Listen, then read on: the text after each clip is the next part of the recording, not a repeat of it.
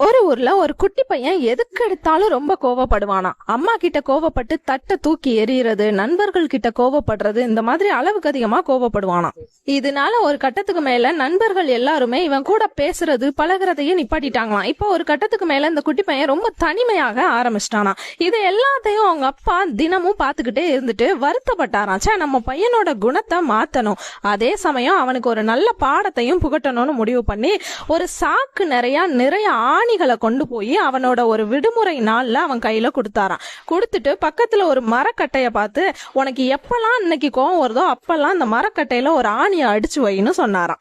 இந்த பையனும் அதே மாதிரி ஆணியை அடிச்சு ஒரு கட்டத்துக்கு மேல இவனுக்கே அதிசயமா ஆயிருச்சான். ஏன்னா அந்த ஒரே நாள்ல அவன் 42 ஆணிகளை அடிச்சு வச்சிருந்தானா.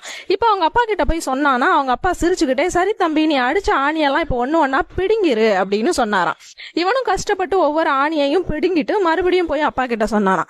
அப்பதான் அந்த அப்பா சொன்னாராம், பாத்தியா, நீ ஆணிய அடிச்ச, இப்ப புடுங்கினதுக்கு அப்புறம் அந்த இடத்த பாரு, அந்த மரக்கட்டைய பாரு, அதுல இருக்கிற ஓட்டைகளை பாரு, இப்போ ஒன்னால அந்த ஓட்டைகளை சரி செய்ய முடியுமா? அது எவ்வளவு அசிங்கமா இருக்கு பாத்தியா?